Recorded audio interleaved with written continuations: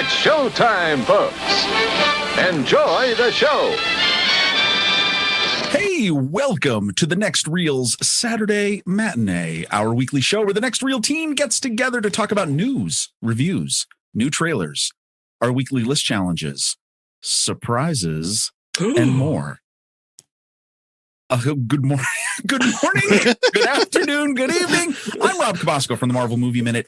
Joining us this beautiful Saturday is Kyle Olson. Hey, that's my name. That is you, also from the Marvel Movie Minute and other. I'm from that show too. From amazing projects, and Mr. Ray Delancey. Whoop whoop. And in case I don't see you, good afternoon, good evening, and good night. Well said. Oh, nice. Well, first of all, thank you to the audience. Congratulations on getting through Friday the 13th. Friday the 13th in 2020. I mean, man, if ever there was a situation where things could go terribly wrong, it was that day, and you made it. So good on you. They did. We didn't. This is a recording. We're not alive anymore. I think everyone knows that this is when we're recording. Don't spoil the magic. You're going to get fired. Well, you know how much know how much I had to pay to get back on this show? Well, you, me both. You know, though, I mean, you say that it would be funny. Well, no, it would not be funny if it was not a good Friday the 13th. And what are the odds it's going to be or have been or was this year? What is happening? What is time, Rob? I don't know. Okay, let me just tell you this. I'm so excited for the show. It's been, for the most part, a great week. I'm an Apple nerd, so there's been amazing Apple announcements. Yep. A bunch of stuff going on. You and I had a chance to be on another podcast. We were invited to be guests on the Karate Kid Minute. Oh, yes. Yeah. So I got to actually go into, and so that'll be out. No, we'll be out till next year. But like they're already, because they're banking their episodes. But that podcast is already out, so you should check them out because those guys were great. They were super nice to us. They could not have been better hosts, and that show is really, it's just a nice sweet show about a nice sweet movie. And so I got to go back and watch the Karate Kid, which I haven't watched in 20 years, probably, maybe more. Really, that long? It really had been that long. I think I told the guys, I don't think I'd watched it since it was on VHS. Wow. Like, I really don't think I'd ever gone back and looked at it in all that time. And I'm kicking myself now because it holds up. It's a really good movie. It totally does. But after that, I also then watched, because I was on an 80s kick, I watched Brewster's Millions, which is, I know it's a different thing, but like about the same time, like the same time period. And I realized that both of them had something in common in that they just stop. A lot of 80s movies, just instead of having like finales and wrap-ups and setting up stuff, they just like get to the point, like the hero wins and then freeze frame. Credits. That's it. It's like, I kind of wanted to know, like, what was the next 5 minutes? Like, what happened? What happened to all these people? Back in those days, you were just great. You got a full movie. Okay. Yeah. And now we're done. Yeah. Snap. Okay. I got to back up just 1 minute. Yes. Sure. I got to ask, what part of the Karate Kid did you guys wind up talking about? Oh, or is that a secret? So I'll let him talk. Okay. No, it was interesting. We were it was kind of fun because I think we bring, if you listen to the Marvel Movie Minute, by the way, Marvel Movie Minute season 3 in full production. We'll talk a little more about that later. But one of the things that we examine every frame, right? So we're in the minutes right before Mr. Miyagi reveals to Daniel why he's doing all of this. So, he's finally getting ticked off as he's been doing all these chores around the house. He's sanded the floor. He's painted the fence. Painted the house. He's painted the house. And now he's just at the point where he's like, why am I doing all these chores? Right. And he's had enough. I mean, he's totally told Mr. Miyagi, he's ready to just say, I'm out of here. And he's right at the point where Miyagi, the beautiful turning point where the protagonist of the story actually gets the reason for his journey. And that's where the minutes ended. We didn't get to talk about that. It was everything before that. So not to spoil anything, but we obviously got some ridiculous trivia about different set pieces, props in the movie. And it was really just enjoyable. I mean, they do a great job. We enjoyed it. And because the movie is it's so lovable, it's so endearing, it's such a part of anyone who grew up in the 80s, but also just a great movie, which did not need to be remade in any way. But I digress. It's great. was wonderful. That was such a great time. It was a good week. So the Karate Kid Minute, you can find that on any of your podcatchers of choice. Well, what a nice way to open the show with a little cross-pollination. Yeah, exactly. Between the podcast community. Creatives, yes. Well, very good. All right, we'll get right into the news because we have an amazing game later, but we'll get to that. News, you know what? I mean, it's been all weird. I mean, for those of you who are listening who are within the confines of the United States, you know that there's been a lot of things that have been taking people's attention. Obviously, also continue to stay safe with everything that's going on out in the world. What could that possibly be? Yeah, I mean, there's things. So anyway, but I got to tell you, my family and I had a fantastic week, and it was thanks to Kyle. Kyle, this was a suggestion he made to me a few weeks ago. Ooh. We binged the Apple TV Plus series Ted Lasso. Oh, yes. And it was absolutely amazing. And I just want to right off the top just say, look, if you have young children, this is not a show for young children. No. It is a hard R. If this show was if this show was rated, it would be a hard R only for language. And only for language. For what's said. But it was absolutely fantastic. And one of the things that just hit me was, and I realized we love cinema. This is why we're here. This is why you're listening. But obviously this year has been unlike any other year. And it is amazing to me the quality of content that right now is in episodic television on streaming services. Very true. Just came off we watched Haunting of Bly Manor, which we loved on Netflix. We just finished watching Ted Lasso on Apple TV Plus. I am blown away by the season 3 of Star Trek Discovery on CBS Access. Oh, yeah. It is absolutely incredible. If you've not seen any of Star Trek Discovery yet, that's okay. You can literally jump right into season 3, pick it up. Mandalorian is off to an amazing start. I have been told by several friends I have to watch The Undoing on HBO Max. Oh, interesting. Which is a show with Hugh Grant and Nicole Kidman. Yeah. And as we heard just today at the time of recording this, we have WandaVision coming on January 15th. Yeah. Just incredible stuff being done on the palm-sized screen that you have in your pocket. Yes, but please don't watch it on that. Oh no, unless you have to, right. Make that be the emergency thing that you get to, because these things were never designed to be looked at. I mean, this is why Quibi failed. Yeah, things were not designed to be watched on your phone. I mean, TikTok is great, but TikTok is also TikTok, right? But yeah, it's interesting that they're really hitting the promotional thing for WandaVision hard right now. Like there's interviews, there's clips, there's images coming out, and yet they finally released the date, and it's next year, and it's like, what? Why are you torturing me? Right?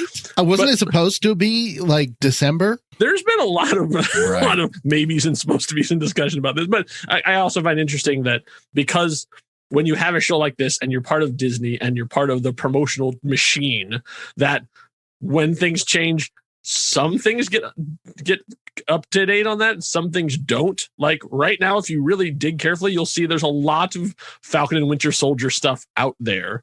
Right. Because this is when it was supposed to be out. Like, sure, I remember going to Comixology and they had a big section on who is the U.S. agent, and here's all the issues you can get. I'm like, why would people care? Oh, right, because he's supposed to be. Yeah. So the same thing now. Like they're showing it, and we thought this would be it. Like this would be the one Marvel thing we'll get this year, and no. So I'm excited. I'm glad they have a date. We're gonna see it, but at the same time, we were going all of 2020 with not a single new Marvel Cinematic Universe product at all. And that hurts. So let me ask you guys a question, because you're obviously Marvel aficionados. You know your stuff.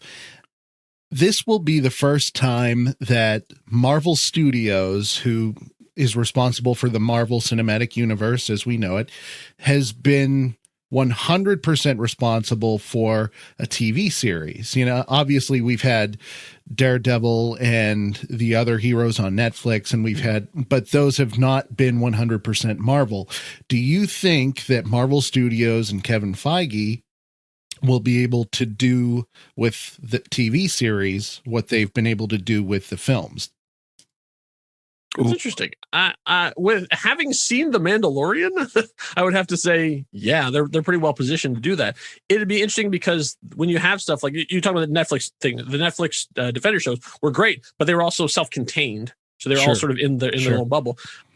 Agents of S.H.I.E.L.D. and Agent Carter and were supposed to be sort of connected and going on, but it was always downstream. It was always like, this is what we're doing, reflect your show on that. It never sort of came back around. Even in Endgame, which was packed full of characters, not one person from any of the television shows got to show up, except technically Agent Carter, but she sort of came down and back up, but whatever.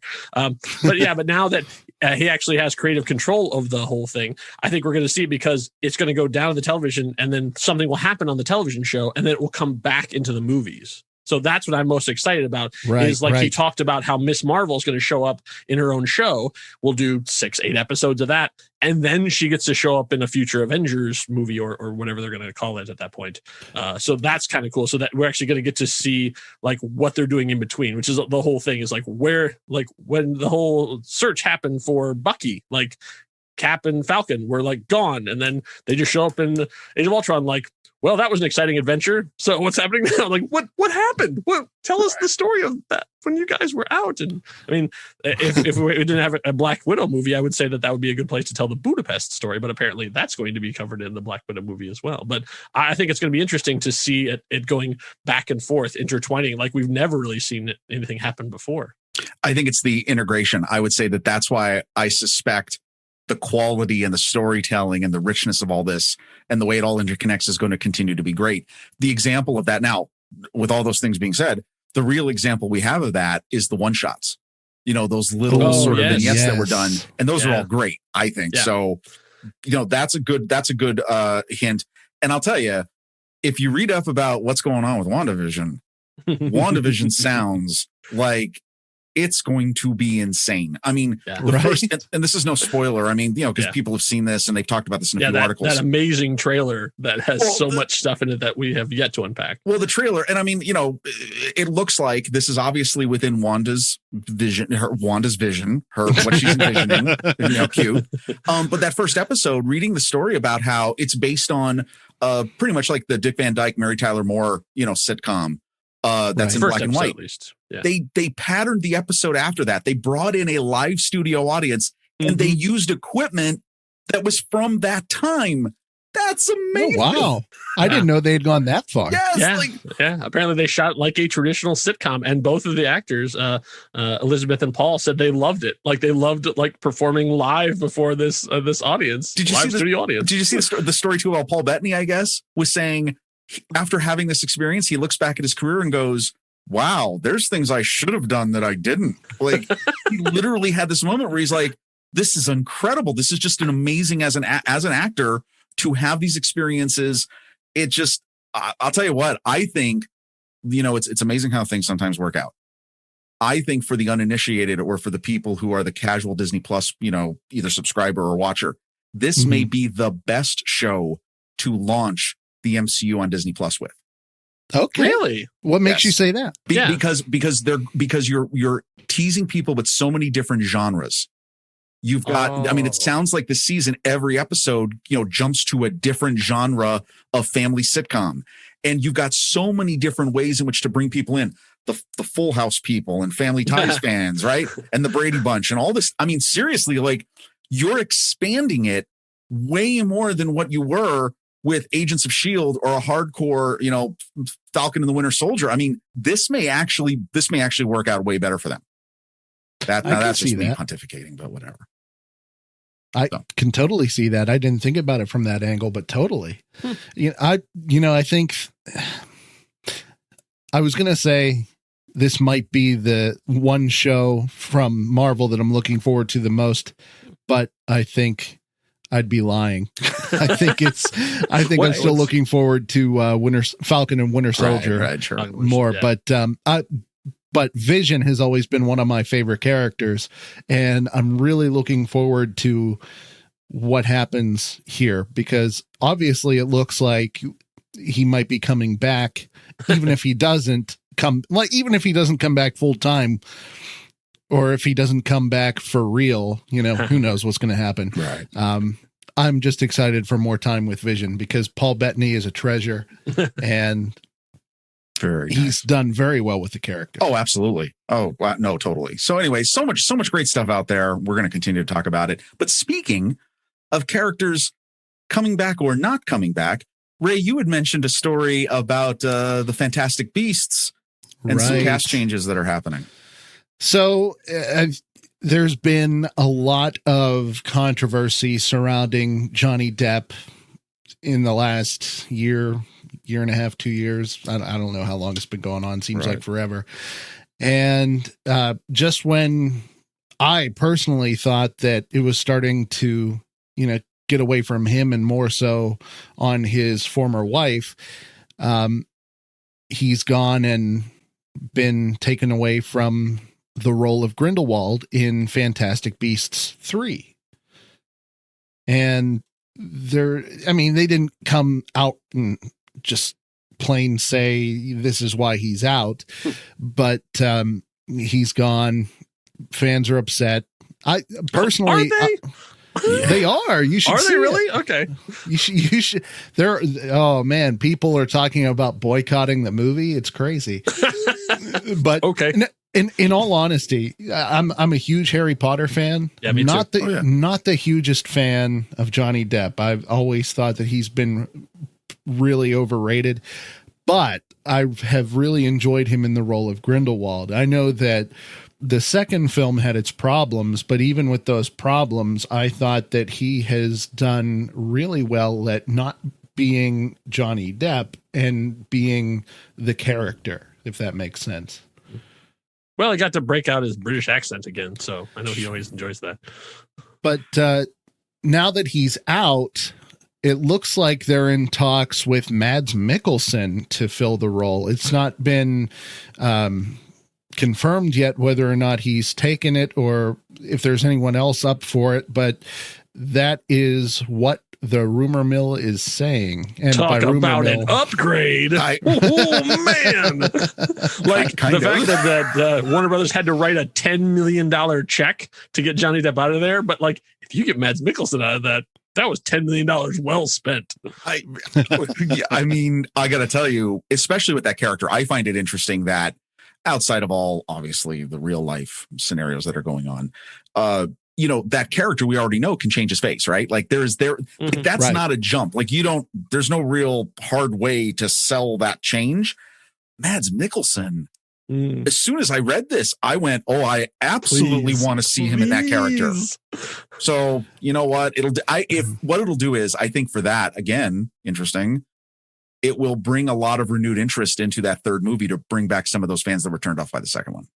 Sure, because that was me.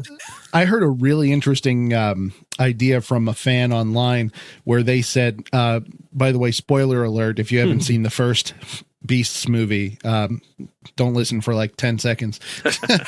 In the first movie, you know how Colin Farrell plays, I forget the guy's name, but who turns out to have been Grindelwald in disguise the entire time. Mm-hmm. Someone said, wouldn't it be interesting to bring Colin Farrell back? Oh, yeah. Yes. Right. And he's Grindelwald using that face again. Yeah. Right. But they can't because he's shooting Batman. Oh, so they actually did that. They actually went, we could just, and then they went, oh yeah, that's right. Batman got pushed back. So now so they need to start shooting now, like he's going to come in like Viggo Mortensen came into Lord of the Rings. Like we're already shooting, just run out there, put on this white face paint and go. So whoever it is has to be someone of Mads standing that he could just pick up something and run with it too. But yeah, I would have loved it. That was my biggest disappointment in the first Fantastic Beasts movie because I thought Colin Farrell was so good in that movie. Right? Oh, absolutely. And then he morphed and he's Johnny Depp, and I went in the theater. I went, oh, what a downgrade that was because Colin Farrell was so great. What do you really think?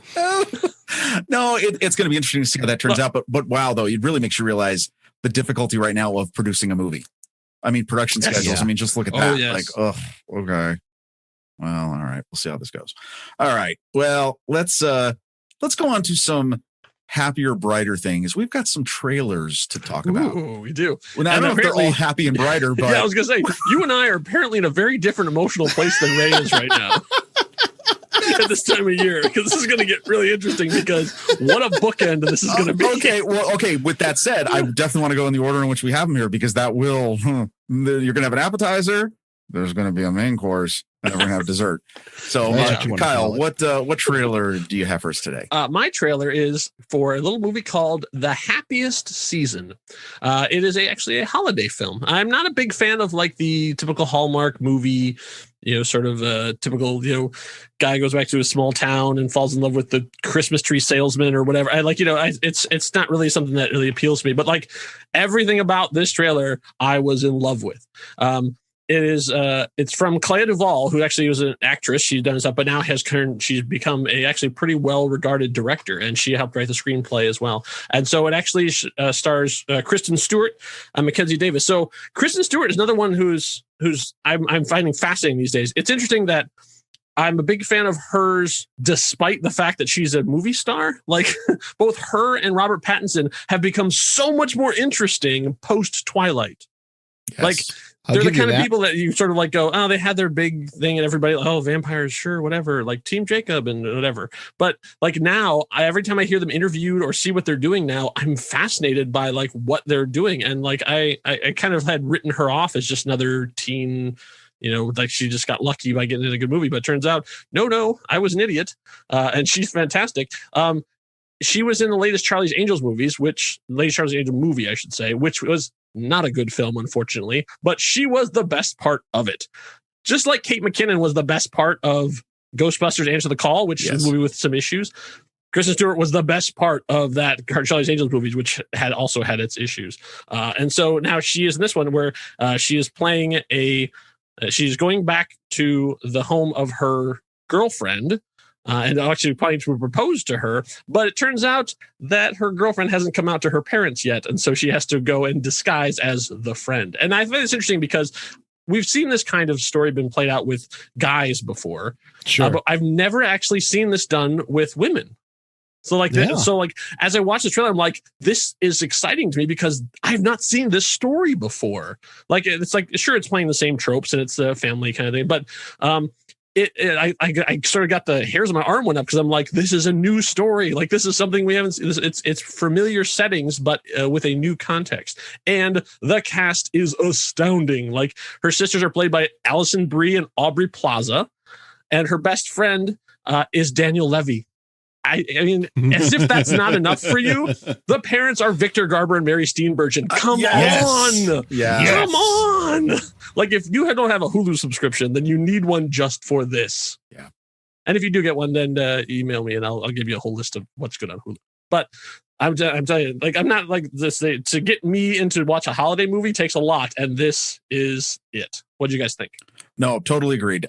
Cast is fantastic. It was really great to see the gender for this. In this case, this is obviously like what you said. We've seen movies like this before, but not with this type of gender switch. And I just also love tackling this issue within a holiday movie. Yeah, I think that's great. We're totally looking forward to this. And I agree with you. I have not been a fan of Kristen Stewart. This is the first time I think I've seen her in a trailer, because I haven't seen very many of her movies, that I was like, oh, I'd like to see that. That's just me. I don't mean to be harsh. No. I was the exact same way. Yeah. Like I've come around on her as well because I was an idiot, and so now I've like gone, oh, it turns out you've been fantastic this whole time, and I was just doing my little put you in the square box thing.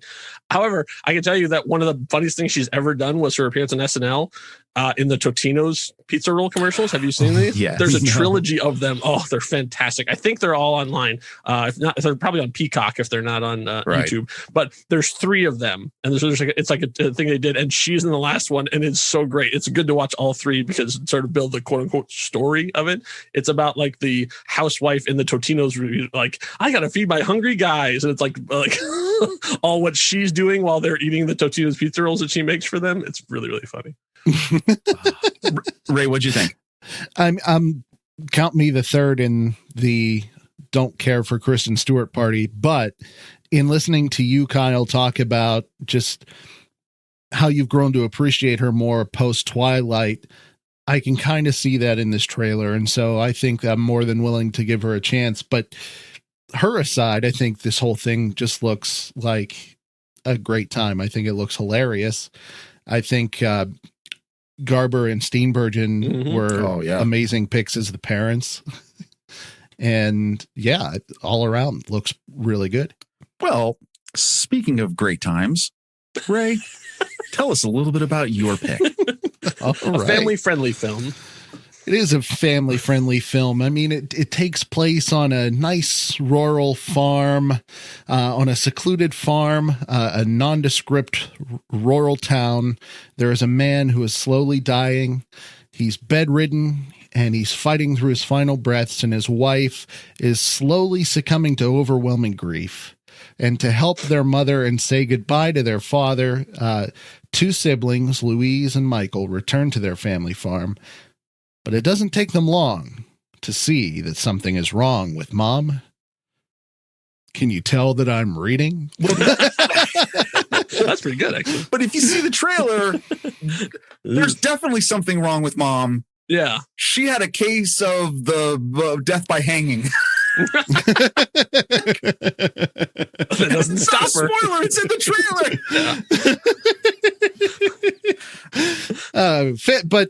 But as you can tell from the trailer, I mean, it has a really dark, really foreboding tone to it just says Christmas time all over it. It really fits in with you two, your trailers. But no, this movie actually comes from director Brian Bertino, who did The Strangers. If you've seen The Strangers, he's done a couple of other movies. The other ones I wasn't familiar with, and frankly, I don't remember what they are. But this movie is actually available right now. It came out on November 6th in the US. I think it's on Shudder. I can't seem to find an answer as to whether or not it came out on a specific streaming service or not. I know it was in theaters, at least for a little bit, because it did make some money in the box office. But from what I saw, I think it is available on YouTube. Like, I think you can actually. It's one of those movies that you can actually rent. I think you can rent or buy on YouTube. Okay. And November 6th was the release date on that. So. Oh, we should have Happiest Season, Hulu on November 25th. November 25th. That's right. Yes. So right in time for Thanksgiving. So I got to tell you, here's what I thought. Very scary, disturbing, but I was intrigued. Like, I was like, okay, so what is it? What's the, what's going on? And there's some real, they're not jump scares, but they're real, like, psychological scares in the trailer. So if you're into that, and who isn't? Then definitely take a look. Certainly watch the trailer because you'll get a kick out of it. Yeah. So did Xander Berkeley just get really old, or is that just fantastic makeup? Because once I was like, you were on 24 not that long ago. Like, 24 was a stressful experience, Kyle. I guess so. I mean, look what happened to Kiefer. It's interesting to see him. He's always one of my favorite sort of character actors, and I always like to see when those guys get another role. Also, while you have your Hulu subscription to watch Happiest Season, he was also in a terrific little show called The Booth at the End. It was a micro budget show. That's when Hulu was independent and didn't have any money, but still wanted to have their own original shows. So it's all about a guy who solves people's problems. Basically, they come to him and they sit down with the booth with him, and Xander Berkeley plays the guy, and they just have a conversation, and that's the whole show. It's just them sitting in a booth having a conversation. You would think it would be really boring, but actually it ended up being really, really thrilling, because then they would like sort of leave, and then you would never see what happened, but they would come back with, did he solve it? Did he not? Did he make things worse? And they would just have these intense discussions. And so he was the main guy in that, and it was really interesting to watch. Very cool. All right. Well, I'm going to bring this back to Sugar Plum and other sweet things. My pick, and this was, I caught this actually this morning. It is Jingle Jangle, A Christmas Journey. And yes, it's another holiday streaming film. It's going to be on Netflix. It premiered on Netflix yesterday, which was Friday the 13th. Now, okay, here's the reason why I picked this. Okay, and again, like I'm not a huge fan of these sort of like Hallmark Channel sort of DNA holiday films, but What I did really enjoy about this is I read a couple of the reviews. The Guardian actually probably had the best explanation of this. Jingle Jangle, a Christmas journey, a sugar rush of steampunk joy. And if you watch the trailer, that's what you're going to get. But in all seriousness, here's the cool part about it is it's a holiday film. It's a fantasy film about a guy who basically is a toy maker and crazy holiday hijinks ensues. And there's obviously kids involved and families and everything else. But the cast of this movie, Forrest Whitaker is playing the main character. Keegan-Michael Key, Felicia Rashad is in it, which was great. Ricky Martin's in it. Here's the thing, if you haven't figured out, the white guys are relegated to the background. Yeah. And I got to tell you, if anybody's ever watched a holiday movie, right? For this type of production, it looks lush. It looks incredibly ornate. It looks like it's got beautiful music. The score in this was by John Legend and Philip Lawrence. Ooh, nice. I got to tell you, I think that's great. And I'm actually going to be sure, probably over the Thanksgiving weekend, Thanksgiving in the United States, I'm going to definitely watch this because I just think it's cool that we're expanding our horizons on what is traditionally considered holiday fare for entertainment. Amen to that. I really enjoyed this trailer. I'm not really one for this type of Christmas movie, but not to sound ridiculous and cliche, but there was just something magical about this trailer. I really love the cast. But I got to say, when I got to the end of the trailer, I was shocked because I was really expecting to see Kathy Lee Gifford in it. Maybe she was. But no, for real. I think that this is great. I don't think Felicia Rashad gets enough work. Agreed. These days. Totally. Completely. Yeah. No, and she looks great in this. She's playing, I believe, it looks like she's playing Forrest Whitaker character's wife. Yeah. According to the cast list, she's grandmother Journey. Oh, maybe I'm wrong. Now I want to be surprised. I don't want to be spoiled. Anyway, but I thought this looked great. Yeah, I think the other two names on the cast list I thought were fascinating were Ricky Martin, Mr. right? He's playing Don Juan Diego, another great character name, and Anna Kanoni Rose. For those of you who've seen The Princess and the Frog. And the many other things she's done too, but she is also a Disney princess, which makes her royalty. So, absolutely. Yeah, good choice, Rob. Well, there we go. And that, like I said, that comes out yesterday, November 13th. Hope you enjoyed it. Yes. Some nice trailers and race. Yeah. So, not untrue. All right. Okay. So it's game time now. I think people who've been listening know that Kyle and I are big fans right now of the tournament style stuff. Yes. I'm not going to disappoint. No, and I got to tell you, I loved last week's show. I just thought the whole thing was entertaining. I love the conversations that come about. I got to break out my accents, we don't get to do very often. You may get a chance for some of those. Ooh, great day of the morning. So I thought about, I know we have an international audience. And here's the thing: is what I wanted to do is and I apologize for all the accents I did for all the countries that you're from those areas that you're doing the accents from. Yes, exactly. I wanted to do something that unites us as a global community. I wanted to do something that's good, that's timely, and I wanted to do something that unites the three of us because this is a wonderful experience. I love doing this, and what can I bring it all together? So here's what I did. You all know it's November, and for Americans, it's election month. Or whatever. But for our friends down under, they have made November something extra special. That's right. Two mates, Travis Garone and Luke Slattery, met up a few years ago for a quiet beer in Melbourne, Australia. Melbourne. And their idea sparked Movember. Oh, that's right. So Movember, people know, celebrates the mustache, but it's really also an annual event that involves not just growing mustaches. It also includes beards. And that's what connects us, the beards. We are brothers of the brush, right? So I want to do something that does that, beards. And it also, it's really to bring about awareness to men's health issues, such as prostate cancer, testicular cancer, and also men's suicide prevention. So all great stuff. The goal of Movember is to change the face of men's health. You can learn more at Movember.com. Great thing. So I thought, okay, facial hair, our love for cinema, What are we going to do? Oh, That's right. I love this idea. 32 beards, 32 matchups for facial follicle dominance in cinema. We've got 16 first-round matchups, followed by 8 second-round battles, then 4 semifinals, concluding with a championship match for all the hairs. I will present to you both a matchup of beard versus beard. In the event of a tie, I will cast the deciding vote. That's right. It's time to play Which Beard Wins. Oh, yes. All right. Oh, this is so exciting. This is just okay. I hope you all enjoy this as much as I had the fun putting this together. My wife just walking past the office all day to look at me, and I'm sitting here giggling, and she's like staring at men's beards. All right. So the first one, they're all themed. First, we have the battle of the well-groomed villain. Ooh. First, kneel before your General Zod. And I'm talking about General Zod from Superman 2. Come on, give me a break. Right. Terrence Stamp.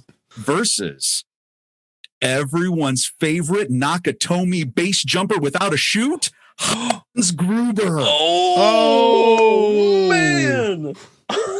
Gentlemen, which beard wins? Holy cow, those are two amazing beards. Damn.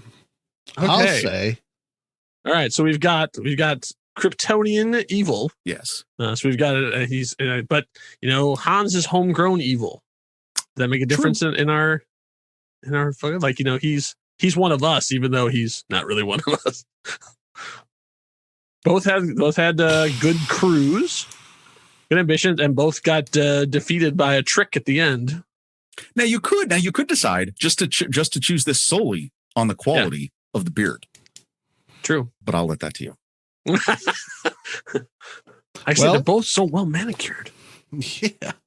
That being said, I think I have to kneel before Zod. Oh, interesting. All right, because I was thinking the opposite way. I was thinking like go for the hometown hero. So I'm gonna go Hans Gruber.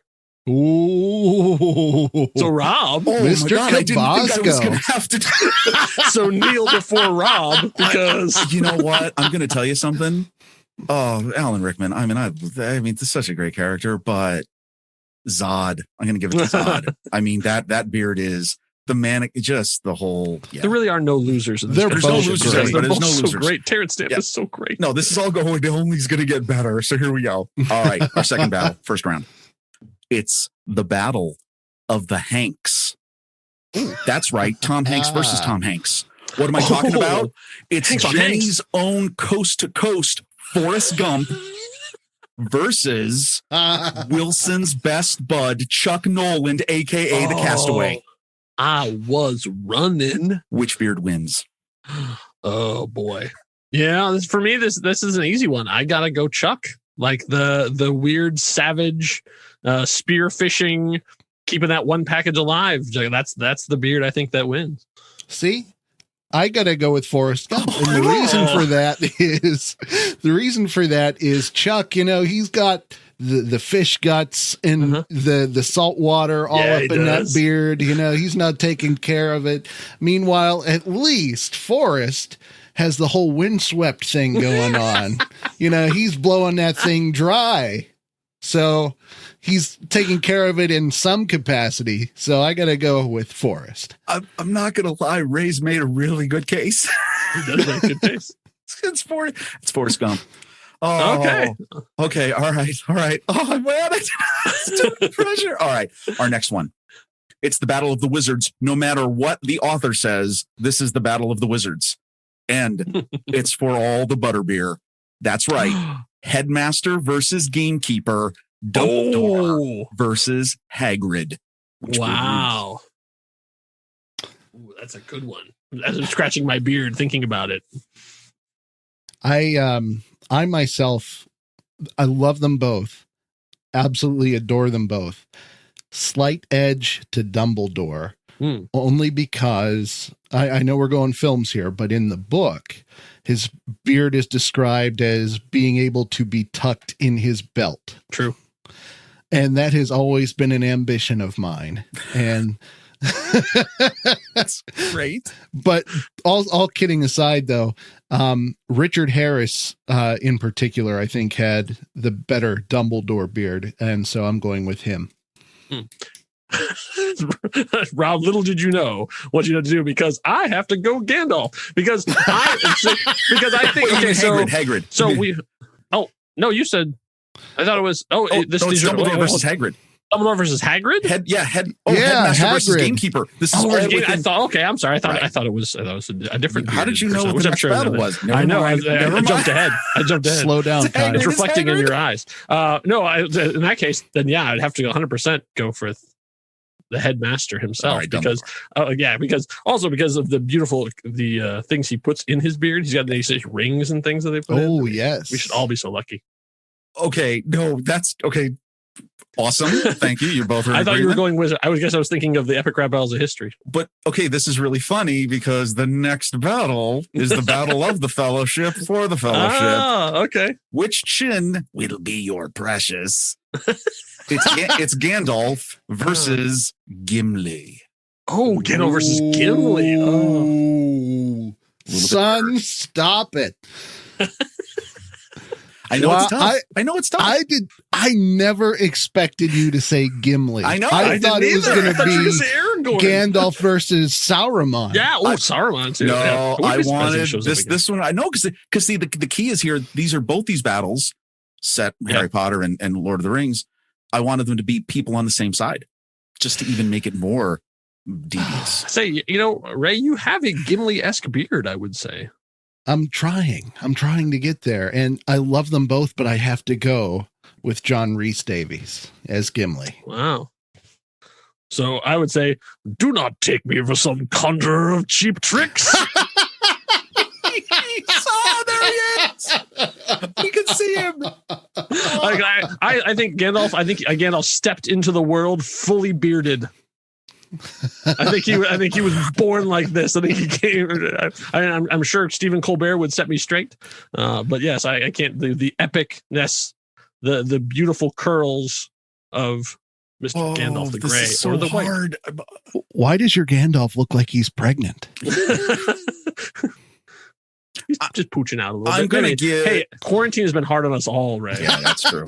Yeah, fair enough. Really, no kidding. Fair enough. All right, we're gonna go. All right, I'm gonna give it to Gandalf because.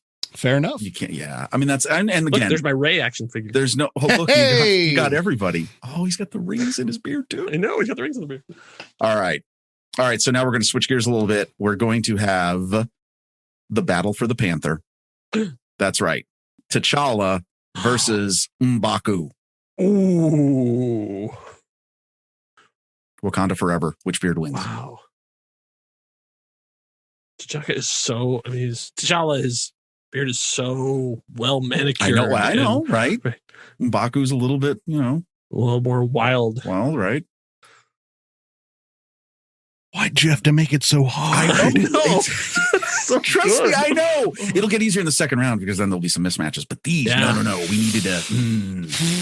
It's such a regal beard. I know. Versus sort of like the Savage Warrior. I have to say M'Baku. Not a bad choice. I would like to say we will not have it, but no, I got to go with M'Baku as well. Oh, there we go. M'Baku wins. All right. Now, so this one is a weird one. This one is I wanted to call this one Battle of the Ruthless because these are both ruthless, right? Ruthless leaders.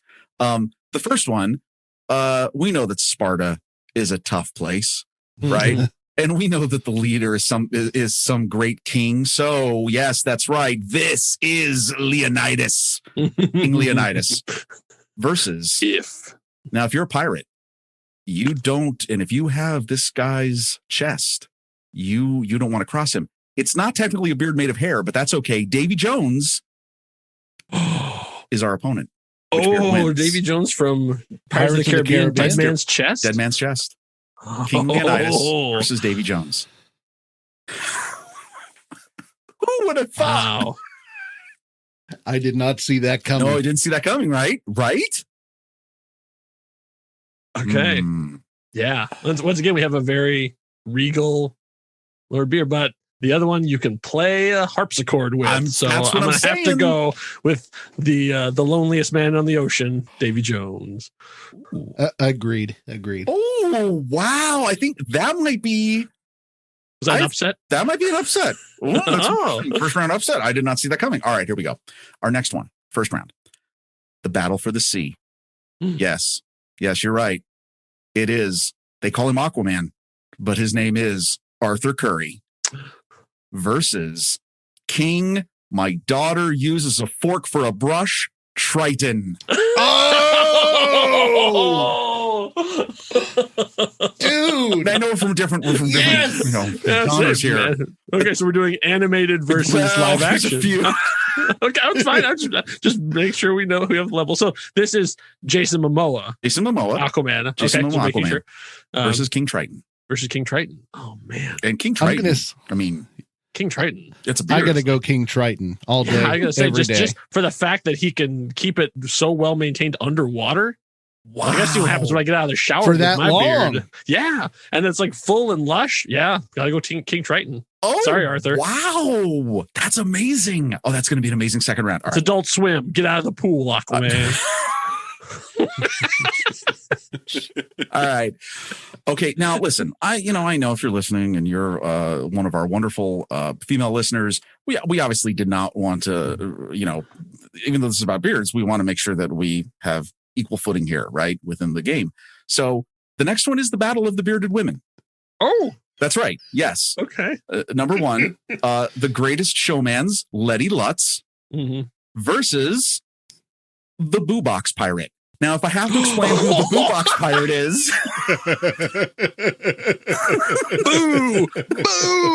boo. That is a character that is a cameo played by Glenn Close in Hook, starring Robin Williams.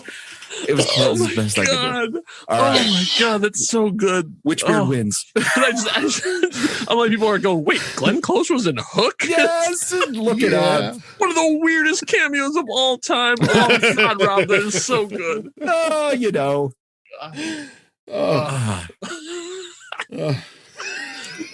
And also Greatest Showman. I mean, like that. I mean, she's the star of that. I mean, that song everyone knows. I mean, if you saw that movie. A Million Dreams, it's all it's going to take because I got to go Greatest Showman. Oh, Letty. You know what? Just for the sheer surprise, I have to go with Boo Box. Oh, no. The Boo Box. Well, I did not think. I hadn't thought this through of me being the tiebreaker, actually. Now I'm contorted. Okay. I'm going to go with Letty. Yeah, because no, we'll give it to Letty. Wow, that second round matchup's going to be crazy. Okay, here we go. All right. We're halfway through. In my head, I'm trying to chart this out to figure out who's going to be up against who. So all right. Ahead. So here we go. Another one of the actor versus himself. It's the Battle of the Russells. Kurt Russell. That's right. Thing versus Planet. R.J. McReady versus Ego. Oh, wow. From Guardians of the Galaxy Volume 2. Yes. And of course, R.J. McReady from The Thing. Yeah. Is it John Carpenter's The Thing or is it still just The Thing? Oh, I don't know. No. I know it's John Carpenter's Vampires. I'm just curious what he got. It's John Carpenter's The Thing, I think. The original. Because this is the original. Well, yeah, the original. So to make sure we're not against the other film that's also called The Thing. Right. Which is a prequel to the movie called The Thing. It's a remake of The Thing from Another World. I got to go with R.J. McReady. Oh, interesting. See, I was going to say, man, Kurt Russell can grow a beard and he's just gotten better over time. So I'm going to have to go Ego. Oh. No, I got to tell you something. Your beard is actually looking very Ego. Well, it's also both, right? Ray, I'm going to go with Ray on this one. It's RJ McReady. Yeah. Hey, I got no problems with that. No, that beard is, it's a little crazy. It is the definition of manliness. Now, we're talking about Ego, though, right? And I know Ego thinks of himself as a god. So that's right. The next battle is the Battle of the Messiahs. Jesus versus Jesus. Here it comes. Okay. Jim Caviezel? Caviezel. Oh, I always get that right. Jim Caviezel from The Passion versus Willem Dafoe. From The Last Temptation of Christ. Temptation of Christ. You know, as a film, I like Last Temptation more, but I gotta give the beard win to Jim Caviezel. You know, I gotta say, I think I'm gonna have to go the same way. I think Caviezel can really, really rock that beard. Yeah. All right. JC. JC. It is JC versus JC. Caviezel. I always cannot say his last name. Sorry. All right. Well, that's going to be an interesting round two. Okay, here we go. The next one. Now we had to do this one. I think if you're listening, you're saying to yourself, okay, well, this had to happen. Clearly, there's a beer that has not been mentioned. Well, of course. Now, wait. We've had the well-groomed villains. We've got to do the well-groomed heroes. And because Kyle, you and I are here, we've got to go to the Marvel Cinematic Universe. Well, of course. And of course, it's the mechanic versus the magician. Tony Stark. Versus Dr. Stephen Strange. You did a Beard Bros competition? Wow. Which beard wins? Bros battle. What will happen? Boy. They're both good. Both good. Tony's changes a little bit more, but I don't know. You discuss. It's up to you. Okay. Well, yeah, I say Tony's has changed over the years. We've got to see it change and evolve, and he's gotten a little bit of gray has gone through, and he's done some different manscaping things across. True. For sure. Doctor Strange is pretty consistent, though. True. Always sharp. They're well groomed. I gotta go to sentimental favorite. I gotta say Team Tony. Yeah, same here. All right. That's very good. I can't, there's no argument. He is there. Iron Man. True. He's got all that technology, the razors. I mean, I guess it's true. That's right. Can you imagine how many blades his razor has? Can you shave with repulsors? The world wants to know. Oh, wow. All right. Tony moves along. Okay. Our next one. Now, this one's weird. This one's the battle of the grubby beards, right? I wanted to throw in some little curveballs here, right? So this is like, Matty beards. I don't know, just messy beards. And the first is, let the Wookiee win, Chewbacca. So Chewbacca technically is all beard, but we're going to throw him in there. Yeah. Versus, what a cut this is. Everyone's least favorite Cyclo Turl from Battlefield Earth, played by John Travolta. Oh, wow. Wow. Oh, man. The best part is that movie is infamous, right? Yeah. And as I explained, Cyclo and Turl, both of you were like, what are you talking about? Like, that thing that I had pushed out of my mind entirely. This should be easy, but I don't know. Yeah. What do we think? Let the Wookiee win. Chewbacca. I feel like I have to go against the grain. What? And I think I have to go with Travolta. Wow. Oh, the only positive review that movie has ever gotten. He wasn't reviewing the movie, just the beard. Yes. Very fun. Distinct that beard. Okay, and I got to tell you something. Go Google that. Even though I don't know if you should. Yeah. But Google the images of John Travolta as this character, because you're not prepared if you have never seen this. You will not know what's going on. You'll read up about it. Yeah, I'm going to have to go Chewbacca. Chewbacca's getting that one. Fair enough. What a Wookiee. It's going to be a weird. All right, anyway. All right, now this one's weird. This one, I wasn't sure because I had an option on one of the characters, but here's what we're going to go with because I want to make it a little interesting. This is the battle of the wise and withered sages. Ooh. So what is this? It's the master of the brick versus the master of the force. That's right. Vitruvius versus Obi-Wan Kenobi. Oh. And if you're wondering who Vitruvius is, yes, it's Vitruvius from the Lego movie. Still an epic beard. And he's still a pretty epic beard. I mean, it's one piece, but And I was thinking putting Dooku in here, but then I was like, no, I want to mix it up. Okay. So, which beard wins? I say he's got a Dumbledore-sized beard. Even more, I think, goes down to almost to his waist. Yeah. I have to go with Master Kenobi. Yeah. Are we picking which Kenobi it is? Are we doing Ewan McGregor versus? In my head, I guess I thought Sir Alec. Okay, Sir Alec. I'm still going with Sir Alec. Yeah, I'll go with Sir Alec as well. Easy. That's great. All right. Very good. All right. Now we've got the battle of this is the battle of the jailbreakers. Oh. Will you escape from the rock with John Patrick Mason? Oh, Rest in peace, Sean Connery. yes. Versus the man with two arms. Let me repeat, two arms, Dr. Richard Kimball. Oh. And I'm talking about the fugitive Harrison Ford. So Wait, he didn't kill his wife, did he? two arms. Two arms. He was a one-arm guy. He One, had two two. arms. Which beard wins? Oh man, he had Real such a great quick, beard. I just have to say how much I love whenever you crack up as you're reading what the next tier is going to be. I know. I'm a loser. I know. I'm still laughing about the boo box. So I think I got to go with Richard Kimball on this one. oh, interesting. I just really nothing against Connery in The Rock, but because he's got a wonderful beard as well, but just something about Harrison Ford's beard in that movie, just I don't know, it just felt so magical and fluffy and needed to be in a commercial. I don't know. Well, Tommy Lee Jones would disagree with you, but sure. I don't care. Look, Ray, I know you're doing your best, but losers talk about their best. Oh, I'm gonna have to go with Sean Connery in The Rock. I'm gonna go with Sean Connery. Just Archimedes. Yeah, but that was good though. I mean, no, those are both. Yeah. Oh, it was a good matchup. All right. So here's the deal. We got two left in the first round. This one's crazy because who would have thought? OD or ND?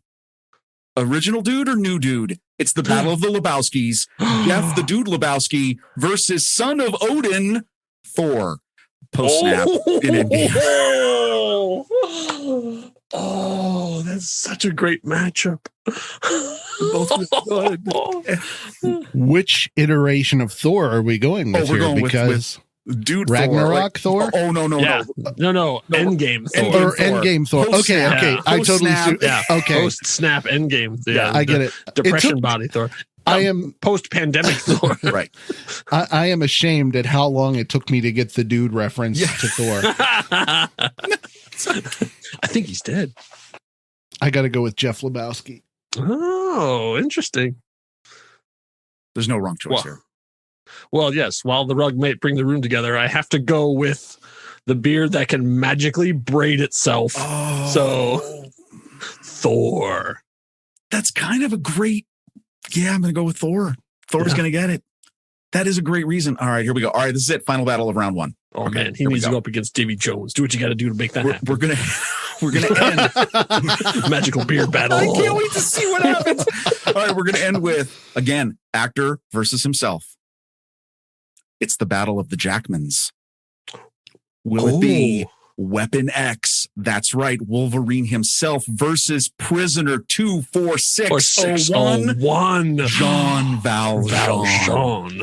At last, we see each other playing. Monsieur Lemaire, you are a different shade. Which beard wins? Oh, man. I don't know. I stroke my beard for inspiration. I gotta say, just for the opening scene, the difference between the two, the shaved head and the full beard, it makes the beard look that much bigger. So 24601. Wow. Ray, what do you say? You know what? I'll go with that. Ooh, I love it. All right. One day more. All right, that's one beard more. Oh my God. All right. Okay, that's it. That concludes our first round. Okay, so now this is first round. This will get really just crazy silly. It's gonna get weird. Here we go. So second round, first matchup. General Zod versus Forrest Gump. Oh God, kneel before Zod. Ooh, Ray. Oh no. It's a struggle. He's not a smart man, but he knows what love is. I gotta go with Forrest Gump. Oh my God. I feel like a heretic, but I gotta One do it. nation under Zod. I'm gonna go. Can we influence the judge? I'm gonna go with Zod. Yeah. Okay, all right, Zod. Okay, Have Sorry, a nice Forrest. day.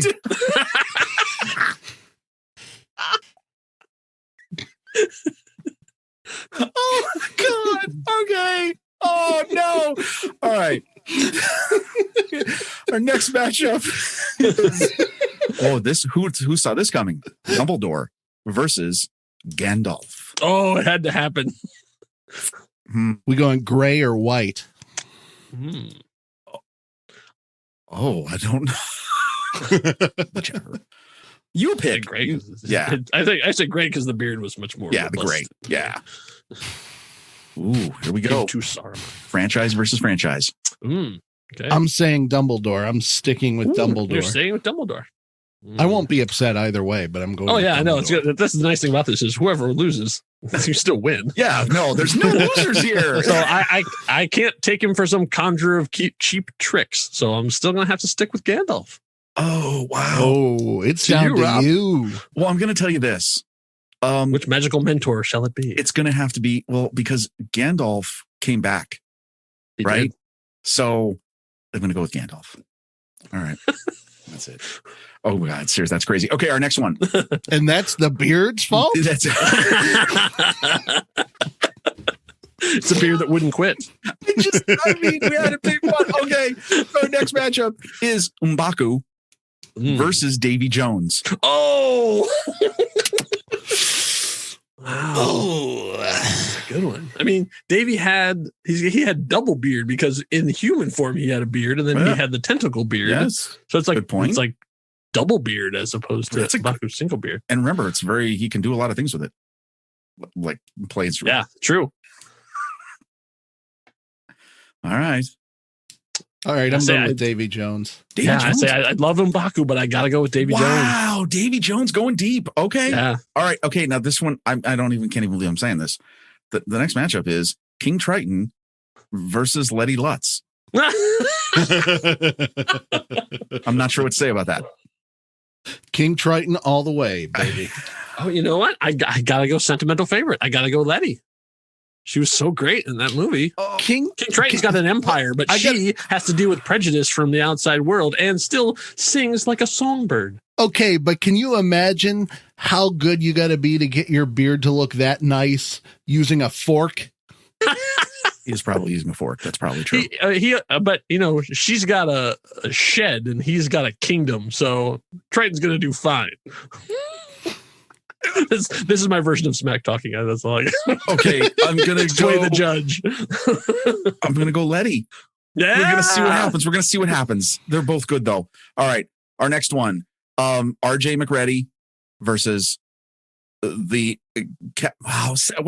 Jesus, the Passion Jesus, Jim Jesus, RJ versus Jesus, Jim, whichever one you want. Jesus, JC by JC. RJ versus JC. RJ versus JC. Well, there you go. Yes. I got to go RJ.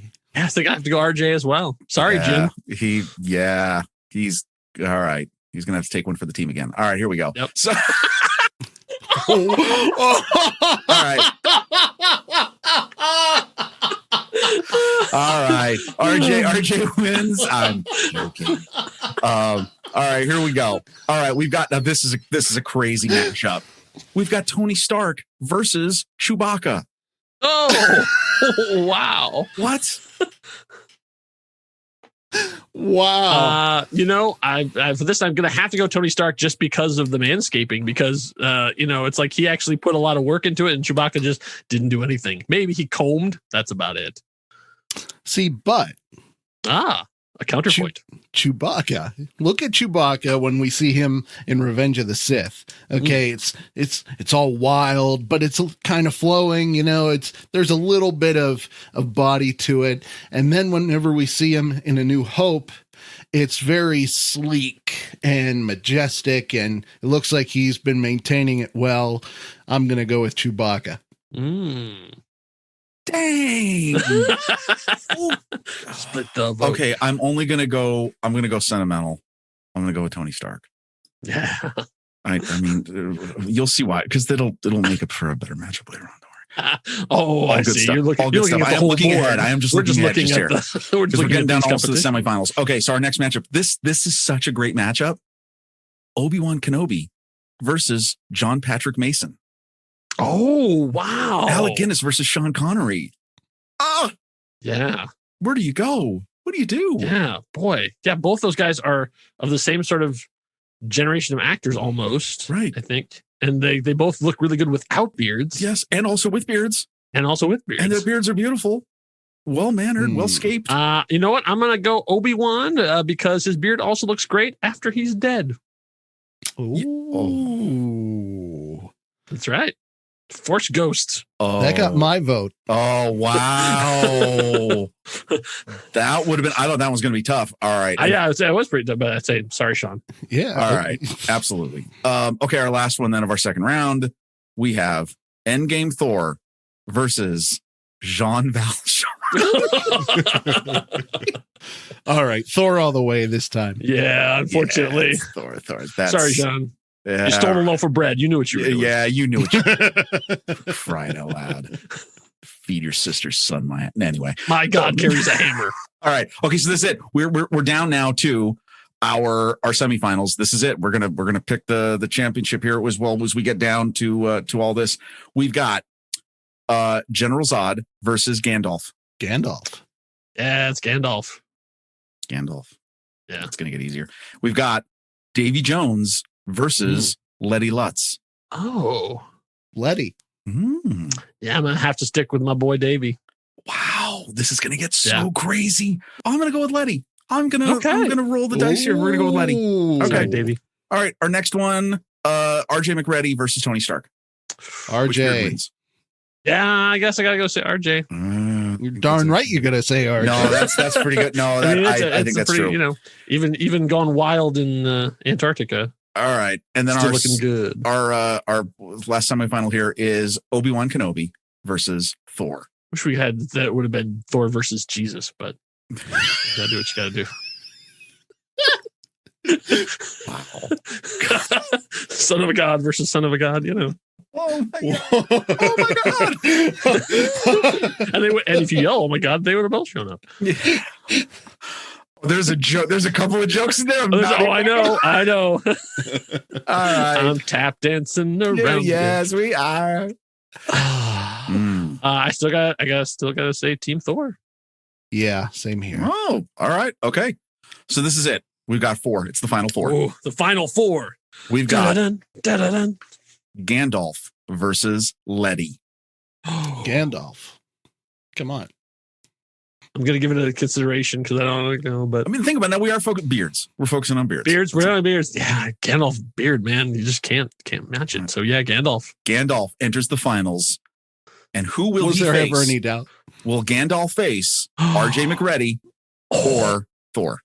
Oh, Ray, what have we done? I'm a classicist. I gotta go with the Thing. Oh, okay. And I'm new school, so I gotta go Thor. But you know what? RJ does not need magic to keep those locks the way they are, man. This is true. Oh, okay, you guys are split. The beard of a god. We're split. Yes, we're split. I'm gonna give it to McReady. Wow. So this is it. It's Gandalf versus RJ McReady. RJ McReady. What? Wow. Now, how did you see the final 2 coming down, Rob? I had no. Like when you were put out there, you're like, did you put somebody on the map and you're like, oh man, he's going all the way. Well, I thought Zod would go Zod deep. would go much farther. Okay. And I just thought everything between Dumbledore, Hagrid, Gandalf, and Gimli would go deep. Yeah. But oh man, Kurt Russell. Now you think about it, it makes sense. Makes all kinds of sense. All right, what's it going to be? You shall not pass, or I got to get out of here. we gotta bust out of this. All right, hear me out. Okay, make your case, Fred. My first instinct is to say Gandalf, but that was not a real beard. So I got to go with the guy that grew his own hair for the role and go with R.J. McCready. Okay. Counterpoint. He was not allowed to. They actually, all of the actors showed up with their beards shaved, and the makeup person said, "Yeah, they all got to go."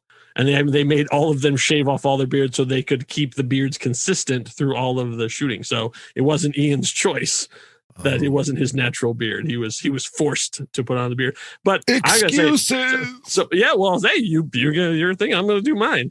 But I gotta say, so that is not only the man walking around wearing this thing on his face and making it seem natural, but it's a team behind him. That's right, the hardworking folks at Weta who put all that time and effort and science and technology into that amazing beard. So you've got science, you've got magic, you've got art, you've got Gandalf.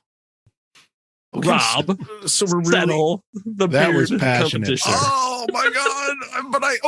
But let me just go back down to the core reason of this. It is the beard. It's Movember. Remember, Men's Health. Oh, I should have known that Mr. Kurt Russell was going to reign supreme at the end of this. It's R.J. McCready. Oh, I did not see that coming. I did not see it coming either, but that is a heck of a beard. And Kurt Russell really is a hirsute man. Okay, I got it. And I don't feel bad about that at all because that is a heck of a beard. So I had no idea, and it's just amazing. I hope everyone's enjoyed this. This was a ton of fun. I'll say. Okay. The Boo Box. We were so good. Box Pirate. That's actually what the character's name is in the credits. Yeah, it's was it filled with scorpions? Is that what you had? Yeah, they put her in and then they drop scorpions in. Right. Crying out loud. Him slash her. All right, we gotta get to lists. That's right. So I gotta tell you something. Before the show, we talked about this. I'm glad, as I always try to listen to the previous week's show because Satmat is wonderful. The movie was Lake Placid, and the winning entry was the eye-to-eye encounters with the monster. Mm-hmm. Not just eye-to-eye with the monster. I may have misunderstood that at the beginning. I had a different list, but it's okay. I've seen movies. I know I was on the show, so I guess I had the advantage that I was there, so I knew. Right. Okay, well, since you were on last week, this is part of your doing. Go ahead and lead us off. Okay, I had the first trailer too.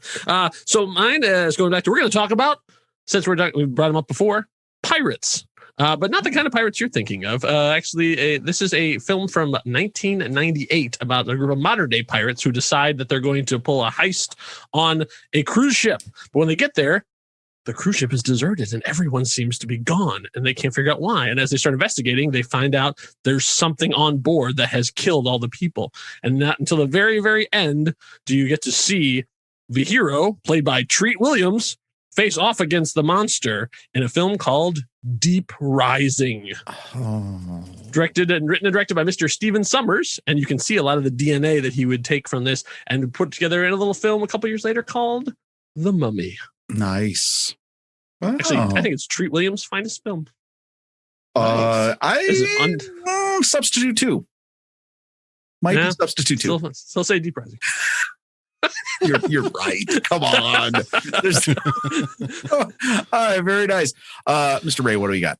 Okay, so I am going to go with a film that not too many people are that keen on. It's from 1994. And speaking of beautiful beards, the main character in this movie who comes face to face with the monster has quite a beautiful beard. And it is Mr. Kenneth Branagh.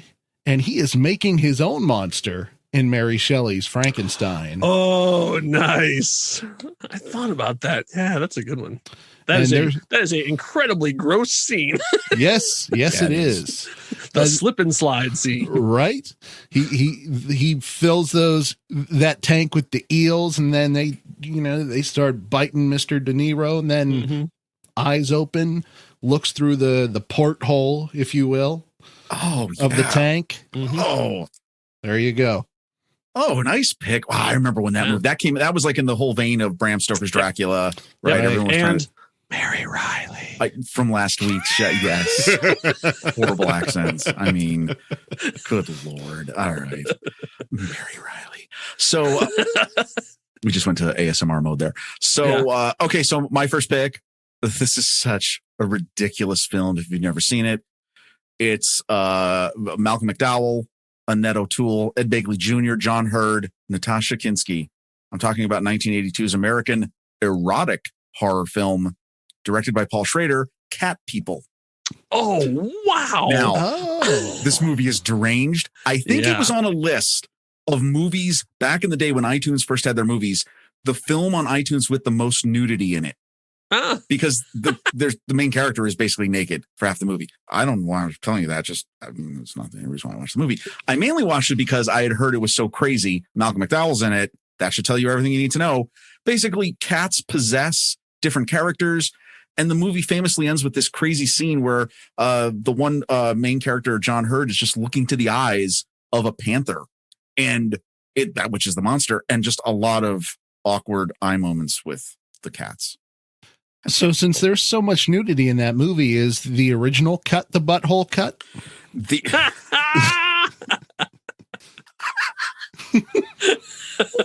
Wow. So much wrapped up in that comment. Musicals and stuff. I need to watch this movie. I've only ever seen the original iteration of that movie from the 40s, I think. Yeah. Oh, yeah. It's because it's a remake. It is okay. This one's deranged. I mean, there's an autopsy scene that's just and the cat and the body and they find the body within a body. I don't even know what to tell you. It's crazy. Check it out if you're that way. I don't know which way that is, but you're that way. If that's your thing, dive in. Kyle, what do you got? What's your next one?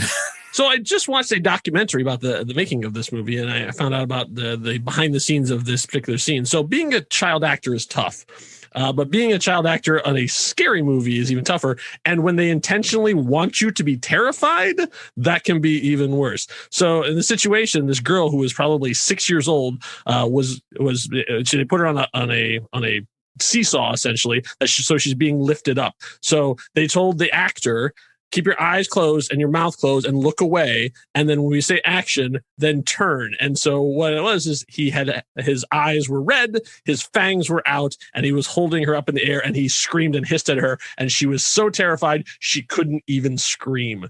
So the first take was just her going, and of course, I'm talking about 1987's The Monster Squad. There's a terrific documentary that just came out about it called Wolfman's Got Nards. It's about the fandom, but it also all the people in there talk a lot about what they did. And so we got to see this girl who's now grown up, talks about that and still remembering that Dracula holding her by her neck and hissing in her face, and she still has that very, very vivid memory of it. One of my favorite movies. Yeah, it is. Yeah, I know. That's one of the ones you love.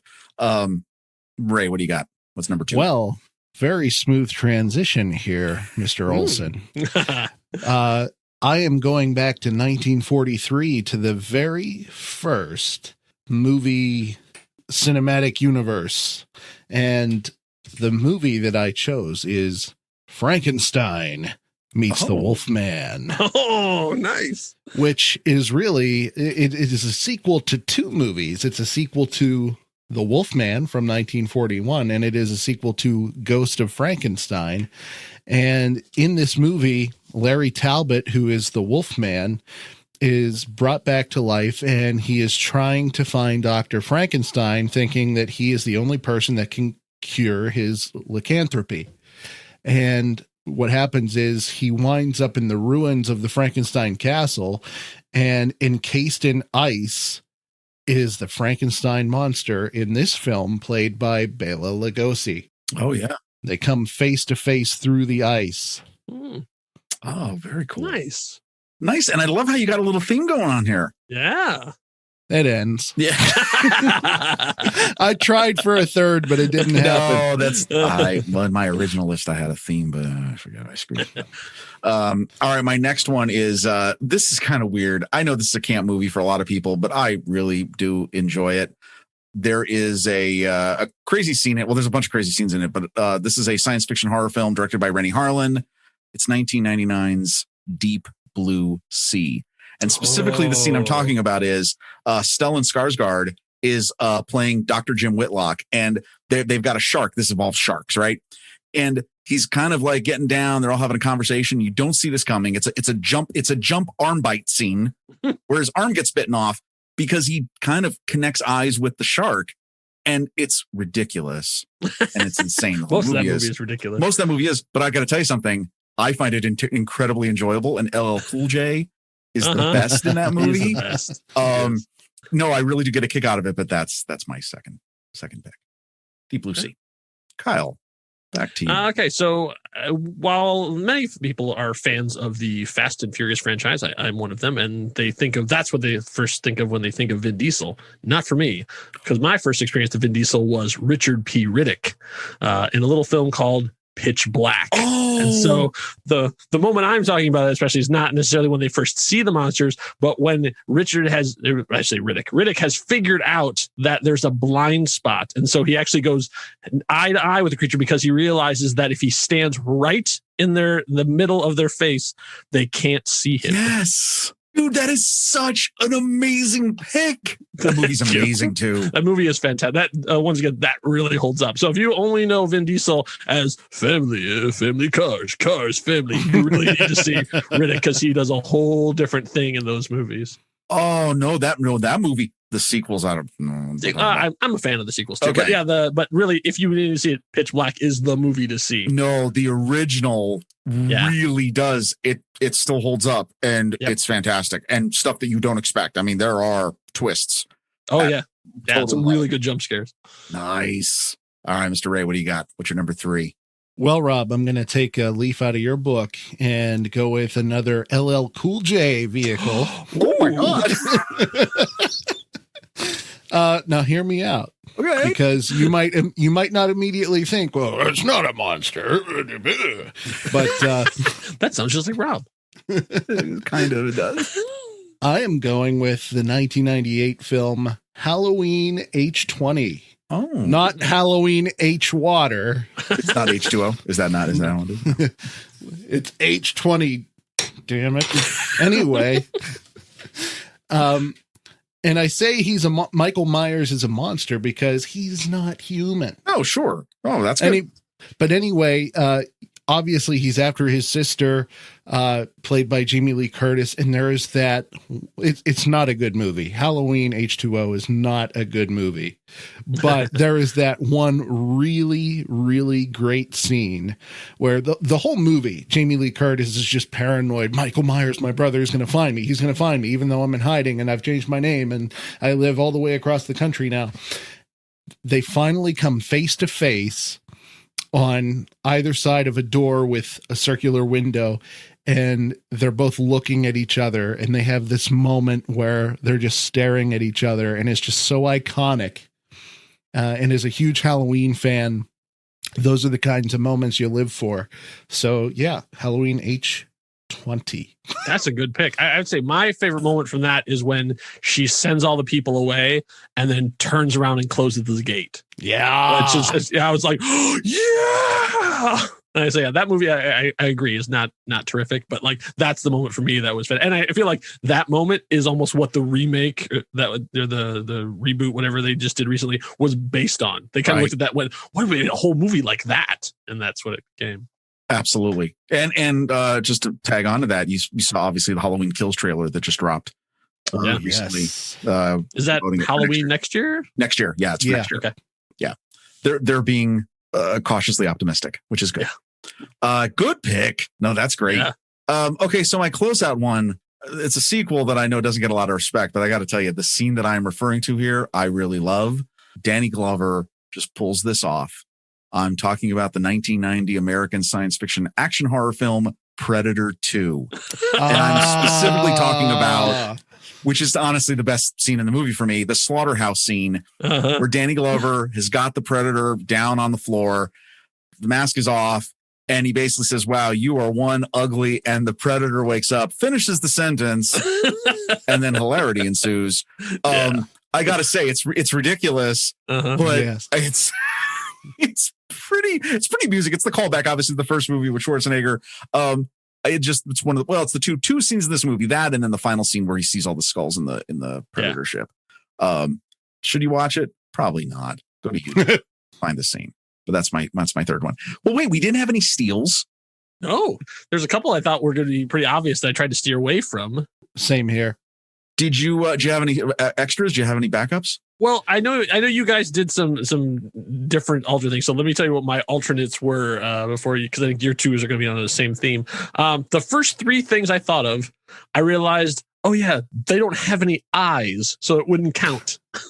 So it was Dune. Turns out sandworms don't have eyes. It was Little Shop of Horrors. Audrey doesn't have any eyes. And Aliens. The aliens have no visible eyes. So I thought, yeah, those, there's some great face-off eye-to-eye moments that don't really have eyes. So I thought they would be disqualified. Oh, okay. Interesting. Well, our joke was that, Ray, I don't know if you did the same thing I did. At first, I thought it was just eye-to-eye contact. And thank God I did my homework. So I knew. But okay, I'll just give you two of the ones I picked for that. If it was just eye-to-eye, human to human, I actually picked 1989's Glory, which is the movie about the 54th Massachusetts Infantry Regiment. It was the Union's first African-American regiment in the American Civil War. Edward Zwick, right? Yes, Edward Zwick, yes. And there's a scene where Matthew Broderick's commander, his character, watches Denzel Washington get flogged. And the eye-to-eye in that scene is just absolutely insane. It's an incredible scene. And then my other scene was from a really wonderful movie that I love called October Sky. Oh, the math movie. Yeah, it's the true story of Homer Hickam, who was basically a guy who grew up with a fascination for the space program. And there's a scene between Jake Gyllenhaal and Chris Cooper. They're playing the father and son, and he's basically telling him that Werner von Braun isn't his hero.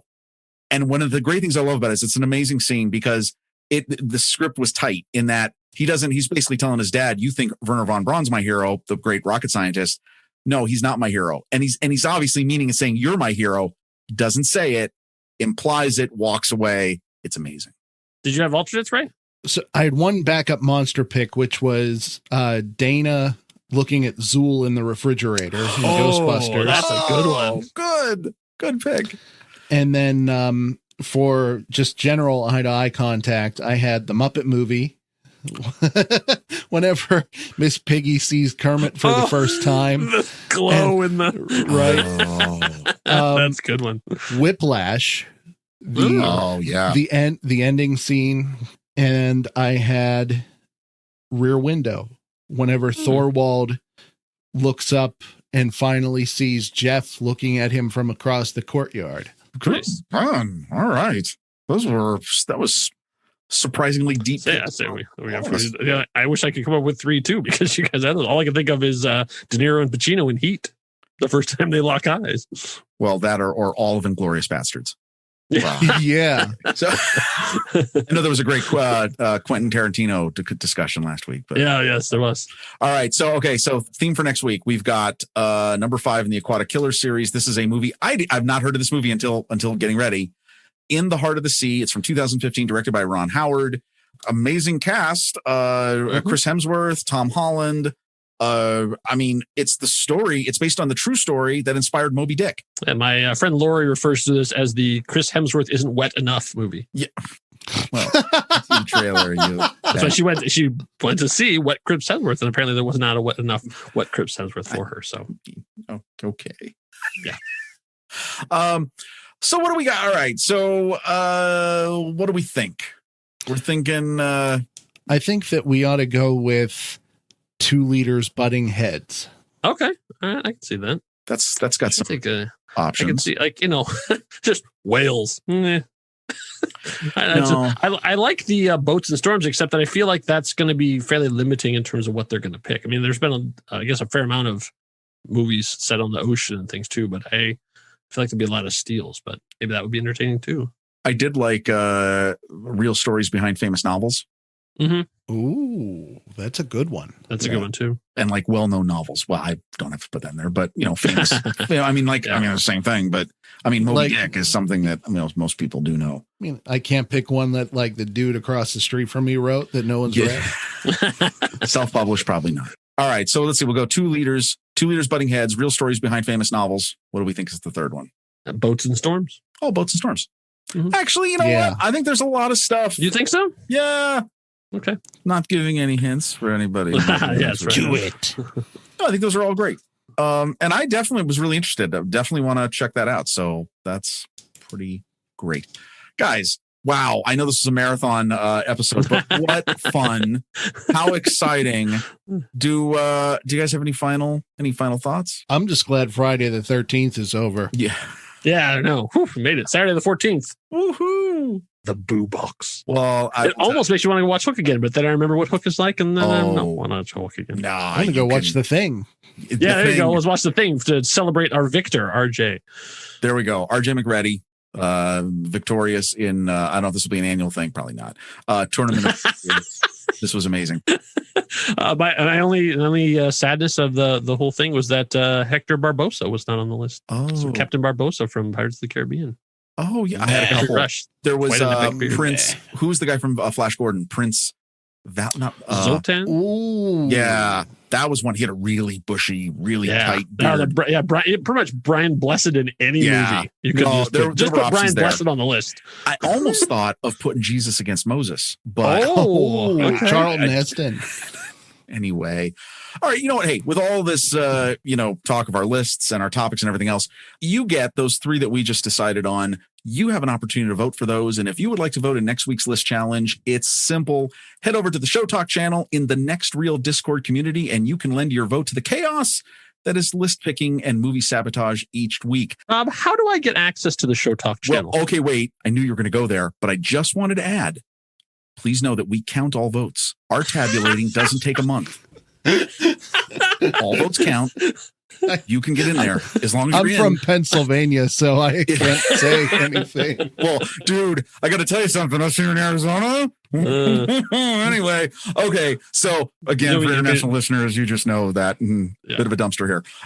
So that's. But Kyle, great question. How do you get registered to vote? How do you do that? All you have to do if you want to register to vote in having your voice heard and dictating where this story goes, just head over to patreon.com/thenextreel and become a supporter of the Next Reel family of podcasts. For $5 a month, you'll become a concessionaire supporter and get access to show live streams as we record, early access to shows in your very own personal podcast feed, and access to the super secret member channels in the Next Reel Discord. Super secret. There's no Mary Riley's, though. Well, actually, there could be a Mary Riley. What do I know? If you're named Mary Riley and you want to come in and be a part of this, you can't. Good God. All right. Hey, everybody. Rosebud. Gentlemen, always a pleasure. Such a joy. We thank everyone for tuning in. Please, again, take care of yourselves. Be kind. Be well. And until next time, we'll see you soon. Enough said. Happy Movember.